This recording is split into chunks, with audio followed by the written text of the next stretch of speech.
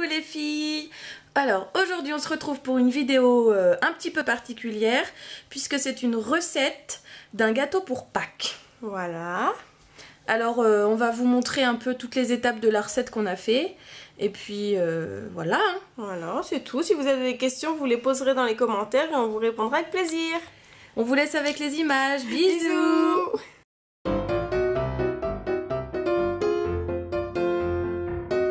Pour le gâteau, vous aurez besoin de 40 g de cacao non sucré, 160 g de farine, 200 g de beurre, 4 œufs plus 4 g de levure et 200 g de sucre. Pour la ganache, il faut 165 g de mascarpone, 50 g de noix de coco et 90 g de lait concentré. Pour commencer, il faut faire ramollir le beurre au micro-ondes et nous on l'a mis à peu près environ 1 minute. Une fois que votre beurre est ramolli, mettez-le dans un saladier et battez-le à l'aide d'un batteur électrique. Ensuite, vous pouvez y incorporer votre sucre et continuer le mélange.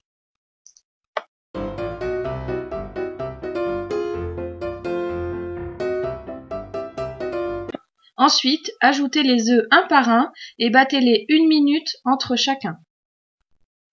Une fois cette opération terminée, vous pouvez ajouter toute la quantité de farine, le cacao non sucré et les 4 g de levure chimique, ce qui équivaut à peu près 2 cuillères à café, et vous pouvez mélanger le tout à l'aide d'une cuillère en bois.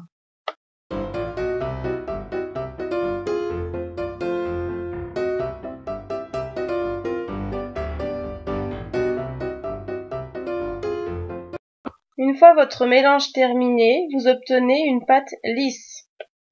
Il faut ensuite que vous mettiez votre pâte à gâteau dans votre moule à souffler, dans lequel vous aurez préalablement mis du papier cuisson.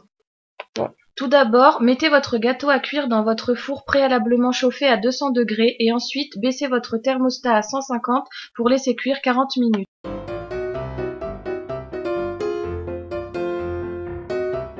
Pour votre ganache, incorporez votre mascarpone et votre lait concentré et battez le tout à l'aide de votre batteur électrique jusqu'à l'obtention d'une pâte lisse.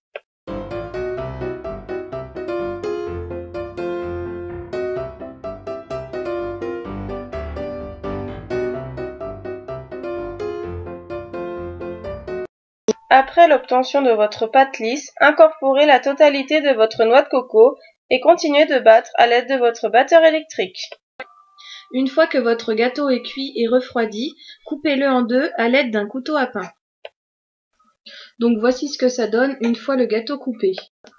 Ensuite, étalez toute la ganache à la noix de coco sur la partie inférieure du gâteau à l'aide d'une petite maryse. Par contre, laissez bien 1 cm de libre autour du gâteau parce que quand vous allez le refermer, sinon la ganache débordera.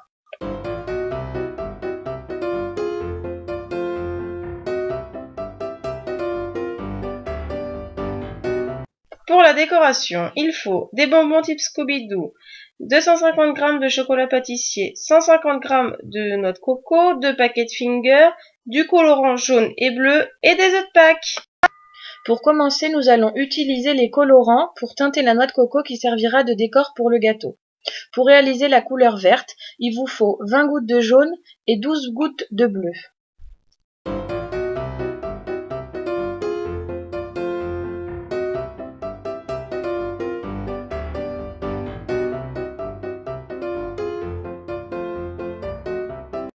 Une fois le mélange terminé, mettez-le dans un sac congélation, incorporez la noix de coco, fermez le sac et secouez afin de répartir tout le colorant sur la noix de coco.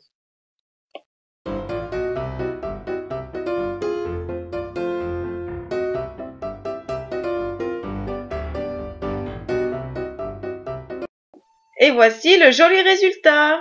Puisque notre gâteau va ressembler à un panier, nous allons faire la anse à l'aide de papier d'aluminium et de bonbons Scooby-Doo. Afin d'obtenir une anse bien rigide, repliez une grande feuille de papier d'aluminium plusieurs fois sur elle-même.